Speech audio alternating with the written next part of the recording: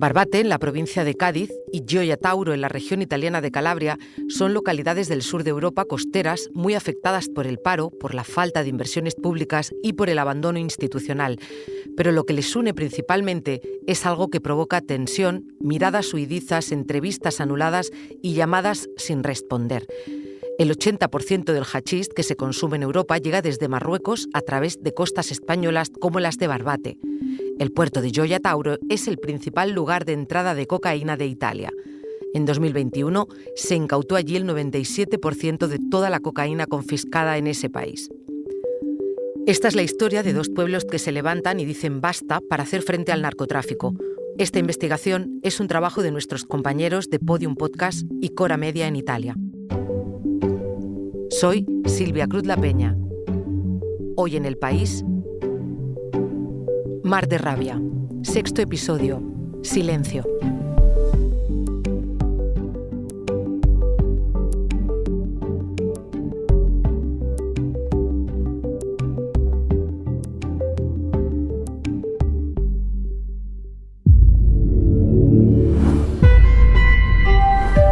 Podium Podcast.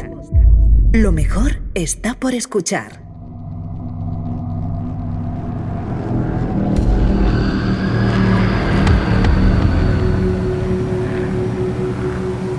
Aquello es África, no sé si lo distingue, la montaña aquella.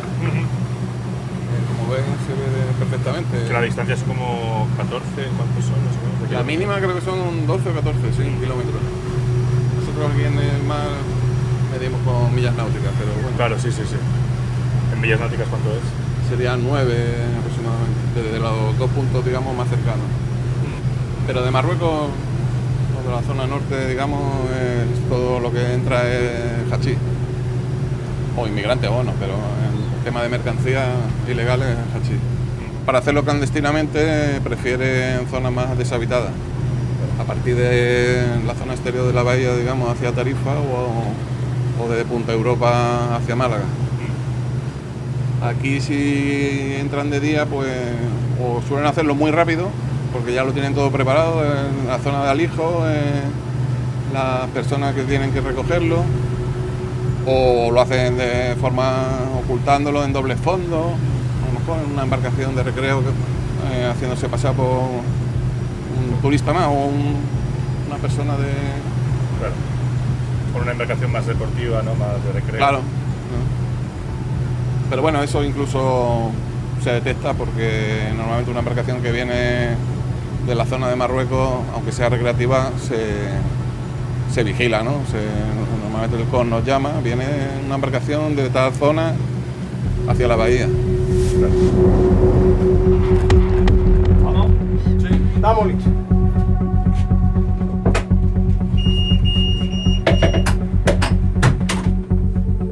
Ha habido veces también que se han fondeado alijos de droga con una bollita flotando. Claro, parece que está haciendo submarinismo para Lo han dejado de noche y después han venido submarinistas a sacarlo. Es un día soleado de julio en Algeciras y voy a bordo de una patrulla ligera de la Guardia Civil para recorrer la zona industrial de la bahía en una operación rutinaria de control. En la patrullera voy con 4 guardias civiles.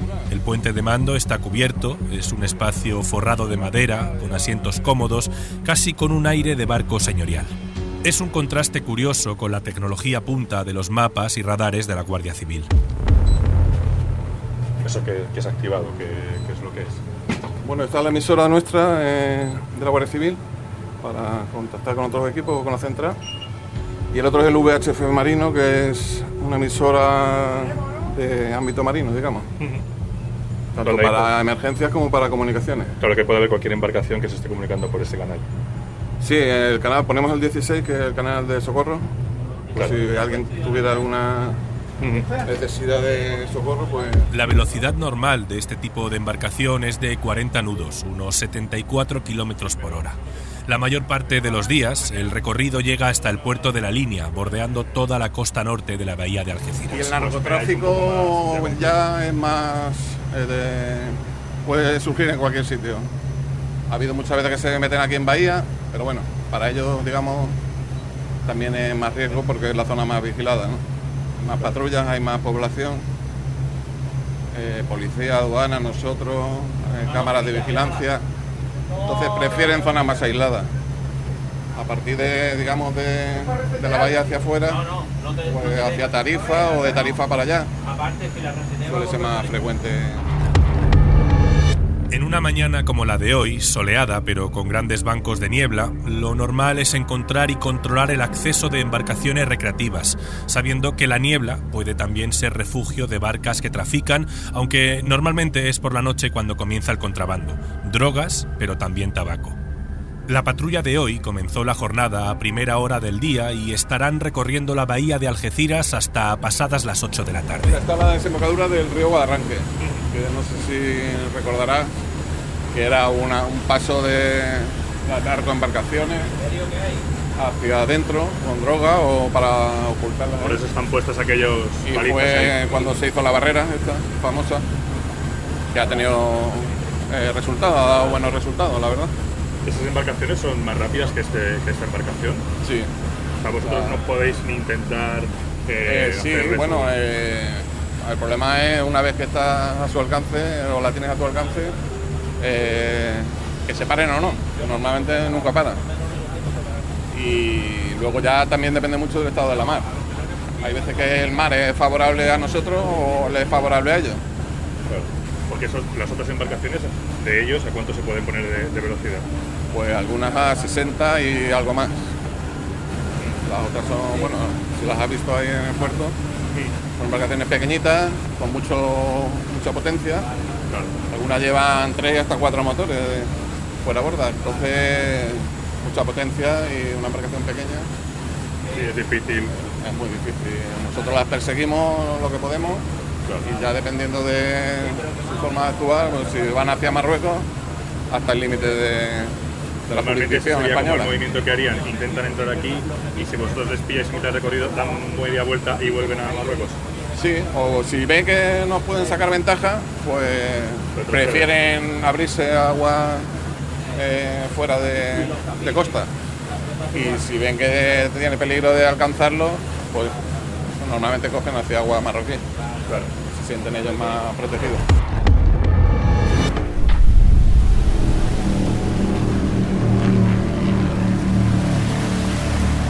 Mar de Rabia. Una coproducción de Podium Podcast y Cora Media.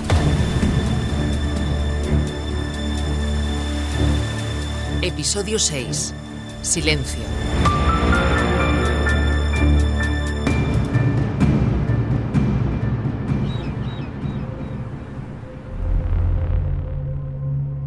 Bueno, nosotros llevamos a cabo día a día operativos, ¿vale? Que son operativos principalmente de lo que son de prevención y de detección. Si hablamos de organizaciones transportistas, por ejemplo, de hachís, esos operativos de detección están basados en detectar lo que es la amenaza para poderla interceptar, ¿no? En este caso juega un papel importante lo que es el sistema integrado de vigilancia exterior, ¿no? El SIVE con el que cuenta la Guardia Civil, que hace una detección lejana de embarcaciones sospechosas de poder traer droga, y en base a eso pues se montan los operativos para intentar interceptar esa embarcación o esa amenaza, ¿no? Ahí participan pues unidades de diferentes tipos dentro de las propias comandancias, principalmente unidades de seguridad ciudadana, pero también unidades del servicio marítimo, unidades del servicio cinológico, si son en puertos o donde corresponda, y también se cuenta con el apoyo aéreo del servicio aéreo y otro tipo de unidades, ¿no? Él es el comandante Segura, jefe de Policía Judicial de la Guardia Civil de Andalucía, y me recibió en su despacho en Sevilla para explicarme cómo son estos operativos contra el narco.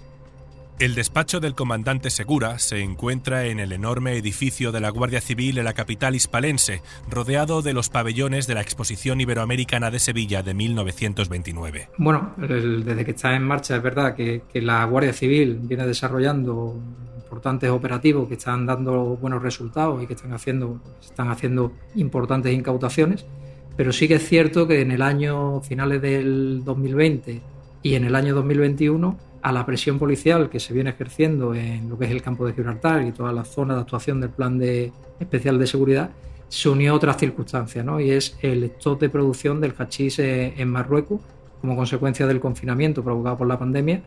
Y una vez que se abrieron las vías de comunicación y las restricciones de movimiento, todo ese hachís salió, y por eso esas cantidades tan importantes que se acumularon, que se incautaron en el año 2020 y 2021, que fueron el pico de aprehensiones de hachís.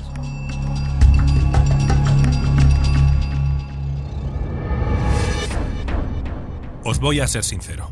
A mi compañero Javi, a todo el equipo y a mí nos hubiera gustado que este episodio de Mar de Rabia empezara de otra forma. La idea que tuvimos desde el principio era poder contarte cómo trabajan las fuerzas de seguridad del Estado contra el narcotráfico. Hace meses, muchos, que pedimos permiso a la Guardia Civil para acompañarles en la medida de lo posible. Nos parecía que si la principal respuesta que se da desde las instituciones para mejorar la situación en las zonas afectadas por el narcotráfico es el aumento de operativos policiales, qué mejor que contar desde dentro cómo son. Pero ha sido imposible. Meses de peticiones, reuniones, llamadas, mensajes, ahora que sí, ahora que ya veremos, ahora que seguro que os avisamos, el mes que viene, el otro, esperad a después de verano. Toda esa espera no ha sido suficiente para que conociéramos cómo trabajan las fuerzas de seguridad del Estado contra el narco en un operativo específico. Seguridad, exceso de celo, falta de tiempo, probablemente todos estos motivos combinados han hecho que este podcast documental acabe de otra manera a como habíamos pensado.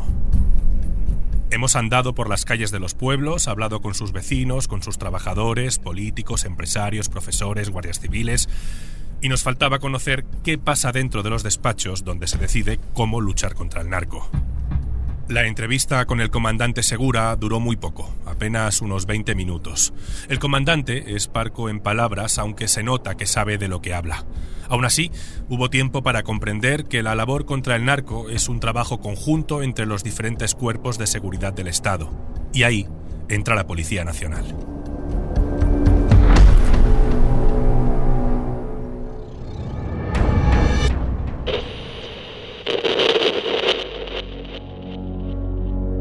Principalmente luego se trata de cubrir las cabeceras de los ríos, que son Huelva y la zona de Sanlúcar, y luego por otro lado para la zona de Algeciras, que donde también aparte del puerto está la zona de la línea, toda esta zona. Entonces es el puntos estratégicos para poder movernos con más facilidad y estar más en las zonas. Ricardo Herranz es inspector jefe y jefe de sección del Grupo de Respuesta Especial para el Crimen Organizado de Cádiz de la Policía Nacional. Le entrevistamos unos días después desde los estudios de la cadena SER. Conoce bien los operativos, coordina los 3 grupos del Greco que hay desplegados en la provincia y también en Huelva, en las 3 zonas más destacadas en la lucha contra el narco. Te llega cierta información de una persona que puede estar operando o desarrollando este tipo de actividad y tú empiezas a hacer unos primeros trabajos preliminares para ver si efectivamente esa información pues tiene visor de esa realidad. A partir de ahí que tú compruebas que efectivamente esta persona todo apunta que se está dedicando a estos hechos, pues empiezas a hacer seguimientos, empiezas a hacer vigilancias, empiezas a obtener información y a raíz de él vas viendo los contactos y vas, digamos, sacando las personas con las que puedes estar trabajando. Una vez que consideras que tiene la información suficiente, le haces un escrito donde a la hora de poder intervenir teléfonos o empezar a abrir la investigación vas a necesitar recabar su apoyo. Una vez que el fiscal especial antidroga considera que ya tiene los indicios suficientes, lo eleva, hace un escrito al juez instructor y a partir de ahí se abre una investigación. A mí siempre me pareció muy curiosa la forma de nombrar los operativos contra el narco. Llevan años en nuestro país y siempre hay algunos que son especiales, que se quedan en el recuerdo, que suponen algo diferente. Mira, pues te puedo hablar precisamente de la Operación Grajuela. Es una investigación de la que igual me siento muy orgulloso porque se ha podido desarticular a la que consideramos nosotros la mayor red de narcotransportistas que estaban operando en el estrecho, en concreto por la zona de Sanlúcar.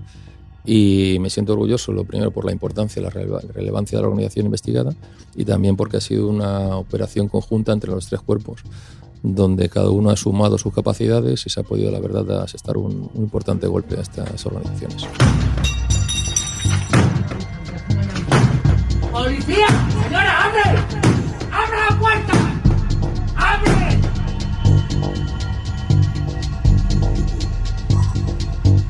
La operación Grajuela, que comenta el inspector jefe Herranz, fue desarrollada el 16 de abril de 2024 en paralelo entre España y Portugal, con un despliegue de 250 agentes. Y en ella se detuvo a 19 personas acusadas de formar parte de una red que disponía de entre 8 y 10 narcolanchas de forma permanente en el estrecho de Gibraltar para transportar hachís y cocaína. Su cabecilla vivía en una lujosa urbanización cerca de Lisboa.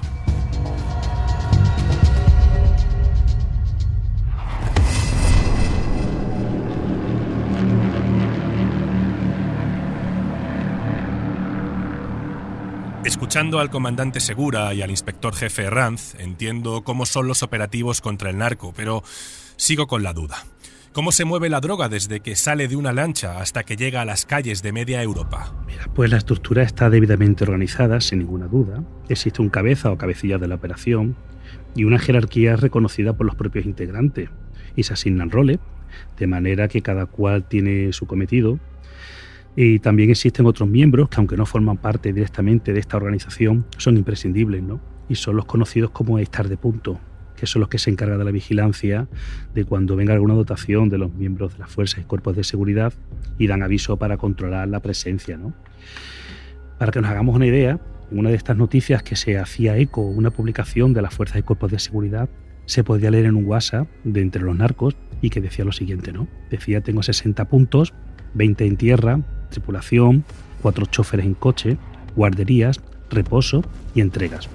Por lo tanto, no hay ninguna duda de que estamos ante organizaciones y que además tienen lugares reservados para introducir la droga por vía marítima, y es decir, que cada organización también hay que tener en cuenta que tiene su tramo geográfico por donde suelen trabajar para alijar la mercancía. Andrés López es antropólogo y autor del ensayo Procedencia y destino del hachís que cruza el estrecho de Gibraltar, y conoce en profundidad el día a día de los pueblos y barriadas de la provincia de Cádiz, especialmente los cercanos al estrecho. No tiene por qué descargarse la droga en ningún puerto, concretamente, aunque si lo hacen, lo suelen hacer, como hemos dicho antes, por la playa a la costa, donde se aprovecha la orografía de árboles, la poca visibilidad que hay, o incluso cuando hay mucha visibilidad también es más fácil porque ellos pueden ver de lejos si algún coche se aproxima hacia ellos. Al hablar con Andrés surgían más y más preguntas. Él cree que exclusión social, juventud y narcotráfico van de la mano. Y así, en esa retroalimentación que parece que nunca acaba, es como se consigue que el negocio siga adelante. En el momento que está la arcolancha, pues llega a la orilla, hay un despliegue de estos miembros, como hemos dicho, ¿vale? Y descarga la mercancía súper rápido. Ahí se transportan en 4x4 que ya están preparados, ¿vale? Y salen huyendo a gran velocidad para esconder esa mercancía en lugares que ya tienen también ya previstos y están ya, digamos, concertados con ello, ¿vale? Utilizan también técnicas a la hora de los desplazamientos, como son vehículos que van delante del que transporta la mercancía y van avisando de la presencia policial por carretera, para que el vehículo que transporta la mercancía pues pueda cambiar la ruta o realizar cualquier maniobra en caso de ser interceptado. Además, también que utilizan tecnología para saber dónde se encuentran los puntos de controles y demás. Entiendo que la droga llega desde un barco, que hay un equipo de gente preparado para recibir el alijo y que todo salga bien, pero ¿y después? Una vez que el producto toca la tierra, se transporta hasta las viviendas que ya tienen preparadas los miembros de la organización, que cuentan con escondites también sorprendentes, ¿no?, para almacenar grandes cantidades de fardo o incluso toneladas. Este tipo de escondite se les conoce como guardería en el argot de los narcos, y es ahí donde el producto pues va teniendo después salidas por carretera, con vehículos normalmente de alta gama. La mayoría de las veces son sustraídos o se les coloca placas, lo que se consideran placas matrículas que son dobladas, y es uno de los medios por donde se hace la distribución a distintos puntos geográficos de España, incluso de Europa, como hemos dicho antes, aunque también se pueden mover en camiones u otros vehículos que intentan que pasen desapercibidos.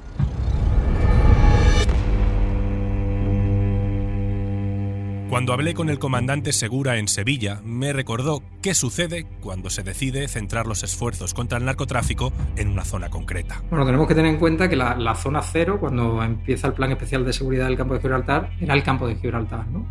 ¿Qué ocurre? Que cuando se presiona en un determinado sitio, pues oye, se produce un efecto globo que hace que las organizaciones criminales busquen otras zonas más seguras para operar. Entonces las organizaciones criminales empezaron a formar alianza con organizaciones de otras zonas más alejadas. Pero no solo eso, sino que las organizaciones han seguido abriendo nuevas rutas, ¿no? Y en esas nuevas rutas pues han ido hacia zonas más alejadas, menos vigiladas, donde se sienten más seguras, como pueda ser Levante peninsular o incluso Portugal. La Guardia Civil y la Policía Nacional dejan claro que este problema no es algo concreto de Barbate, Cádiz o el Estrecho, es algo presente en casi todas las calles de Europa. La mayor parte del hachís que entra por las costas andaluzas no se va a quedar aquí en la península, sino que ese hachís tiene un destino exterior para el resto de Europa. Date cuenta que cada vez que va pasando una frontera el precio del hachís se va multiplicando. Y un kilo de hachís que aquí en España adquiere, que ya es una barbaridad porque antes era mucho más barato, vale 2.000 euros, cada vez que va pasando una frontera se va multiplicando su valor. Entonces eso ha provocado que organizaciones internacionales se asienten en el territorio y lo que hacen es contactar directamente grupos locales para organizar las operaciones. Ellos tienen sus suministradores en Marruecos y lo que hacen es contratar aquí a las organizaciones locales para que le hagan la introducción, el transporte marítimo y la entrada en tierra. A partir de ahí ellos organizan sus convoys que los van a llevar en principio a Francia, Alemania, Inglaterra o a donde sea. El inspector jefe de la Policía Nacional habla de externalización de servicios para el transporte de la droga. El capitalismo llevado a su máxima expresión para la explotación de negocios ilícitos. La mayor parte del hachís que entra por nuestras costas, el destino final de él es el resto de Europa, es Holanda, es Francia, efectivamente también es Italia y es Inglaterra. Sí sabemos que las grandes partidas, solamente por el volumen que entra es imposible que el mercado interno pudiera asumir ese volumen de sustancia. Y de hecho en nuestras investigaciones, cuando tú haces una gran operación, siempre están personas detrás de otros países. Bien hay marroquíes, hay franceses, hay italianos, hay un montón de gente.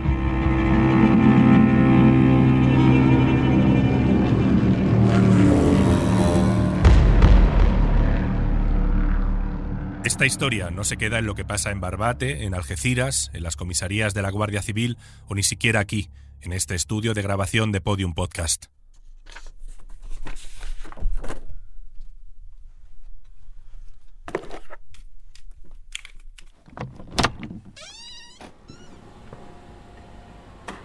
Hemos apurado los tiempos por si había cambios en la lucha contra el narcotráfico, por si algo cambiaba en la investigación del asesinato de los dos guardias civiles, Miguel Ángel González y David Pérez, por si recibíamos alguna reacción o llamada de alguno de los protagonistas y para que la historia estuviera lo más cercana en el tiempo a ti cuando tú la estés escuchando.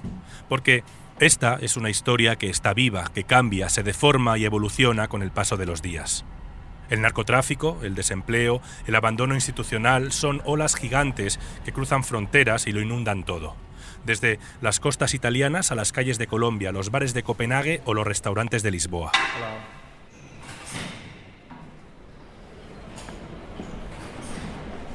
Esta historia nos ha enseñado que el mar de rabia puede estar en cualquier parte del mundo y que la misma explotación que le aplicamos al sur global, extrayendo sus recursos, ignorando sus derechos, negociando con gobiernos corruptos, aquí la transformamos en forma de olvido con nuestro sur.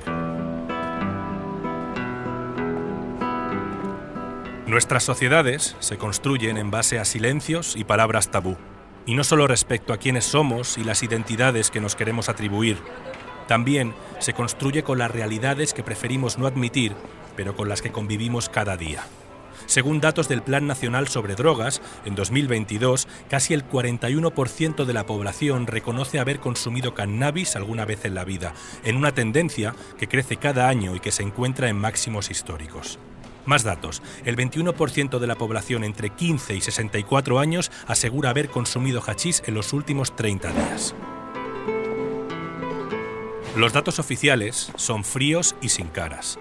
En Mar de Rabia hemos intentado ponerle voz a quienes conviven con todos esos problemas, conocer sus preocupaciones, sus intentos por salir adelante, sus esperanzas para mejorar su día a día, para encontrar un empleo, para llegar más desahogado a final de mes. Esta historia acaba en las calles de Madrid porque en realidad no le pertenece a nadie, ni a Barbate, ni a Gioia Tauro, ni a sus vecinos, ni a los políticos. Es un problema que nos afecta a todos y poco tiene que ver dónde hayas nacido o dónde vivas. Has conocido un poco mejor a Débora, a Antonia, a Fernando, a Montserrat, a José Manuel, Roberto, Mimma o Michele. Pero esta es una historia que tiene un protagonista principal: el silencio.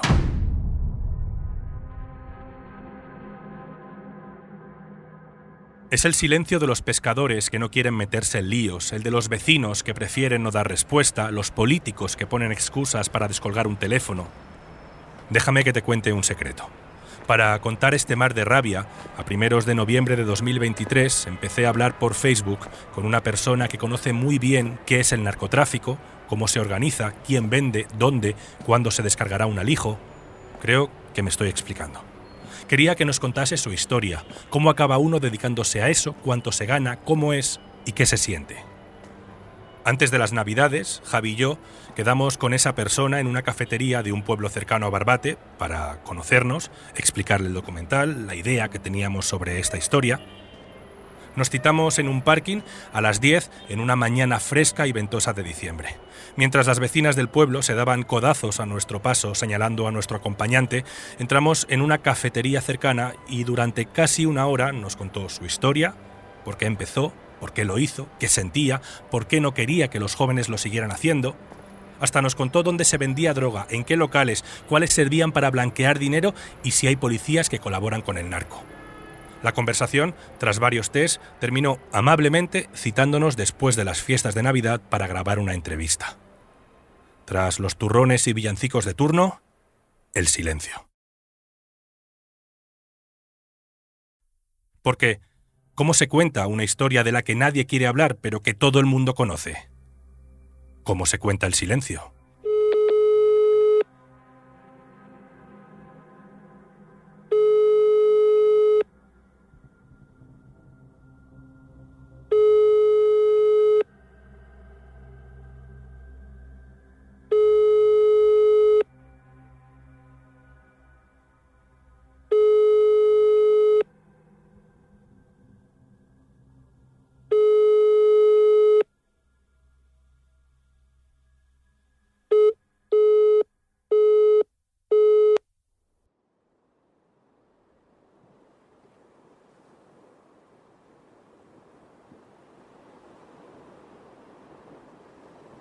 Mar de Rabia es una serie coproducida por Podium Podcast y Cora Media. Forma parte de WePod, un proyecto de colaboración financiado por el programa Europa Creativa de la Comisión Europea. Narración: Manu Tomillo. Investigación, reportaje y guión: Manu Tomillo, Javi Caminero, Francesca Berardi. Edición: Ana Rivera. Diseño de sonido: Elizabeth Boa. Diseño artístico: Agencia Player.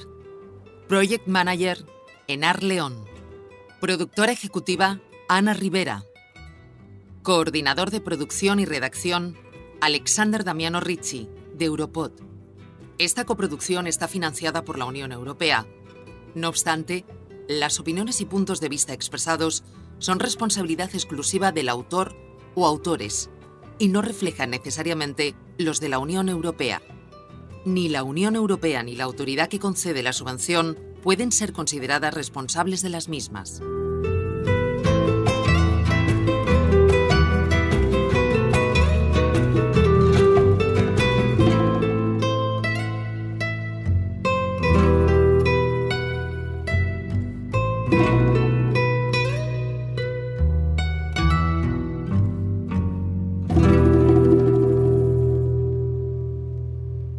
Todos los episodios y contenidos adicionales en podiumpodcast.com. También puedes escucharnos en nuestras aplicaciones disponibles para iOS y Android, y en todos los agregadores de audio.